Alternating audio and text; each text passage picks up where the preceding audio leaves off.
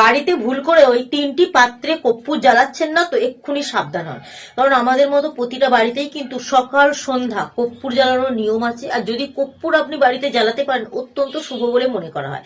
আমাদের সংসারের মধ্যে থাকা নেতিবাচক শক্তি দূর হয়ে ইতিবাচক শক্তি প্রবেশ করে। কিন্তু এই 3টি পাত্রে যদি ভুল করেও আপনারা কর্পূর জ্বালান তাহলে কিন্তু আমাদের সংসারে ইতিবাচক শক্তি প্রবেশ করার জায়গায় অতিরিক্ত পরিমাণে নেগেটিভ শক্তিটা বেড়ে যাবে। ফলে আমাদের সংসারে খারাপ প্রভাব পড়বে, অশুভ শক্তিটা আস্তে আস্তে এতটাই পরিমাণে বাড়বে আমরা যে কোনো পরিশ্রমে কিন্তু ব্যর্থ হব। সব সময় কিন্তু আমাদের মধ্যে মানসিক চিন্তা থাকবে। তো অবশ্যই কিন্তু মনোযোগ দিয়ে শুনবেন কোন 3টি পাত্রে কর্পূর ভুল করেও জ্বালাবেন না, এবং কর্পূর শুধু না জ্বালিয়ে কর্পূরের মধ্যে এই 3টি বস্তু যদি দিয়ে আপনারা কর্পূর জ্বালাতে পারেন সেটাও কিন্তু অত্যন্ত শুভ হয়। কারণ কর্পূর শুধু জ্বালানোর থেকে এই 3টি বস্তু দিয়ে কর্পূরে জ্বালানোটা আমাদের সংসারের জন্য সুখ সমৃদ্ধি এবং আর্থিক দিকের উন্নতি বৃদ্ধি করতে অতিরিক্ত পরিমাণে সাহায্য করে। আর এর সাথে একটি গুরুত্বপূর্ণ বিষয় হলো বেশ কয়েকটি জিনিস আছে যেগুলো আমাদের বাড়ির মধ্যে একটির বেশি দুটি রাখা উচিতই নয়, তাহলে কিন্তু আমাদের সংসারে খারাপ প্রভাব পড়তে পারে। সেগুলো কিন্তু আমাদের প্রতিটা বাড়ির মহিলাদের জানা উচিত।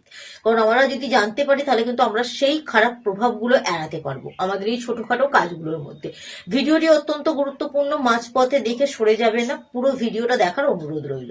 আমাদের হিন্দু ধর্মে বাড়িতে সকাল সন্ধ্যা কর্পূর জ্বালানো, প্রদীপের মধ্যে কর্পূর দেওয়া, নৈবেদ্যতে কর্পূর দেওয়ার কিন্তু অত্যন্ত চল আছে। এগুলো কিন্তু শুভ বলে মনে করা হয়। তবে জ্যোতিষশাস্ত্র বলছে আপনারা যদি জুঁই তেলের সাথে কিছুটা পরিমাণ কর্পূর মিশিয়ে বাড়িতে জ্বালাতে পারেন টানা 11 দিন, তাহলে কিন্তু আপনারা ফলাফল নিজে থেকেই বুঝতে পারবেন। অতিরিক্ত পরিমাণে আর্থিক সংকট দূর হবে, নেতিবাচক শক্তি সংসারের মধ্যে থেকে দূর হবে, মন অতিরিক্ত পরিমাণে ভালো থাকবে। ফলে কিন্তু মানসিক চাপ আমাদের কমতে শুরু করবে।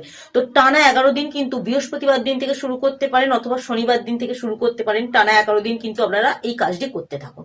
11 দিন পর কিন্তু আপনি ফল হাতে নাতে পাবেন। এর সাথে যদি আপনারা কর্পূর এবং লবঙ্গকে একসঙ্গে বাড়িতে জ্বালাতে পারেন পরপর 5 দিন, অত্যন্ত শুভ ফলাফল পাওয়া যায়। এর ফলে কি হয়, আমাদের সংসারের মধ্যে পারিবারিক যে অশান্তি ঝামেলা, এই ঝামেলা অশান্তির কবল থেকে কিন্তু আমরা খুব সহজেই মুক্তি পেয়ে যাব। ফলে একে অপরের মধ্যে সম্পর্কটা খুব ভালো থাকবে। এছাড়াও কিন্তু আমাদের সংসারে ইতিবাচক শক্তিটা অতিরিক্ত পরিমাণে বৃদ্ধি করবে। ফলে কিন্তু আমরা কাজের প্রতি মনোযোগী হব। তো অবশ্যই কিন্তু পরপর 5 দিন কর্পূর এবং লবঙ্গ একসঙ্গে বাড়ির মধ্যে মিশিয়ে জ্বালাতে থাকুন। সকাল সন্ধ্যা যদি দুবেলা না হয় যে কোনো একটা টাইম বেছে নিন।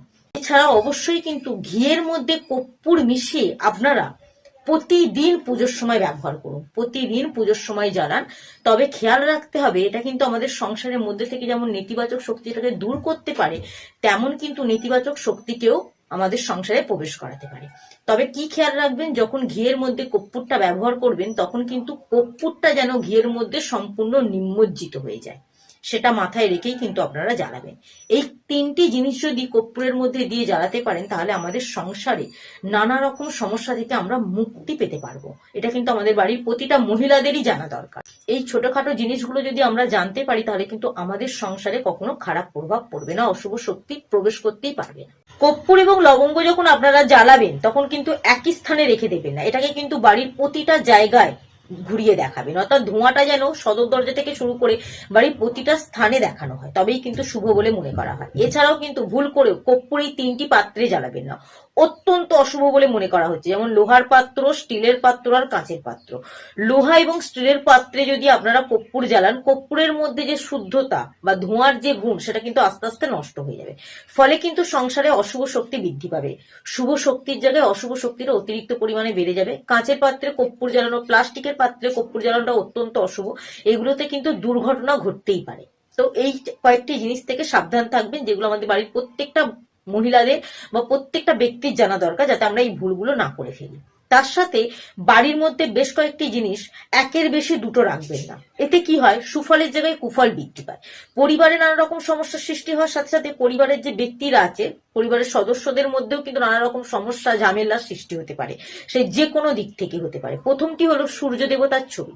বাড়ির মধ্যে যদি আপনার সূর্য দেবতার ছবি থাকে সেটা কিন্তু একটিই রাখবে। সূর্য দেবতার ছবি কিন্তু দুটি বাড়ির মধ্যে বা ঠাকুরের স্থানে বা বাড়ির কোনো স্থানে কিন্তু একের বেশি দুটো রাখাটা অত্যন্ত অশুভ বলে মনে করা হয়। যদি থেকেও থাকে সেটা কিন্তু আপনারা যে কোনো ভাসমান নদীতে ফেলে দিয়ে আসতে পারেন, বা অশ্বত্থ গাছের গোড়ায়, কিন্তু যে অশ্বত্থ গাছের গোড়ায় দেখবেন ঠাকুর দেবতাকে রেখে যায়, সেরকম স্থানে কিন্তু একটা সূর্য দেবতার ছবি কিন্তু রেখে আসতে পারেন। কারণ বাড়িতে দুটো সূর্য দেবতার ছবি রাখাটা অত্যন্ত অশুভ। শালগ্রাম শিলা, শালগ্রাম শিলা কিন্তু বাড়ির মধ্যে কখনোই একটির বেশি দুটি রাখতে নেই, এবং প্রতিষ্ঠা করার সময় মাথায় রাখবেন দুটি শিলা একসঙ্গে প্রতিষ্ঠা করবেন না, সবসময় একটি শিলাই কিন্তু প্রতিষ্ঠা করাটা অত্যন্ত শুভ, নালে কিন্তু পরিবারের সদস্যদের মধ্যে বা পরিবারের মধ্যে নানা রকম সমস্যার সৃষ্টি হতে পারে। তৃতীয়টি হচ্ছে গোমতী চক্র, গোমতী চক্রও কিন্তু আপনি আপনার বাড়িতে কখনোই দুটি রাখবেন না। এই দুটি গোমতী চক্র রাখা মানে কিন্তু সংসারে নানা রকম অশুভ প্রভাব পড়তে পারে, তাই সবসময় একটি গোমতী চক্রই কিন্তু আপনি আপনার ঠাকুর স্থানে রাখতে পারেন। তো অবশ্যই কিন্তু মনে রাখবেন মা সন্তোষী মায়ের শুভ সংখ্যা হলো 16। তো আজকে ভিডিওটি দেখার পর অবশ্যই কিন্তু কমেন্ট বক্সে 16 সংখ্যাটি 3 বার লিখে গেলে মা সন্তোষী মায়ের আশীর্বাদ কিন্তু আপনি লাভ করতে পারবেন। আর ভিডিওটা থেকে যদি মনে হয় কিছু শিখতে পেরেছেন, কিছু জানতে পারলেন, ভিডিওটা প্রচুর পরিমাণে শেয়ার দিন যাতে সকলে জানতে পারে। আর এই কয়েকটি বিষয় কিন্তু আমাদের প্রত্যেকেরই মাথায় রাখা উচিত, যেগুলো মাথায় রাখলে কিন্তু আমাদের সংসারে সুখ শান্তি বৃদ্ধি পেতে বাধ্য।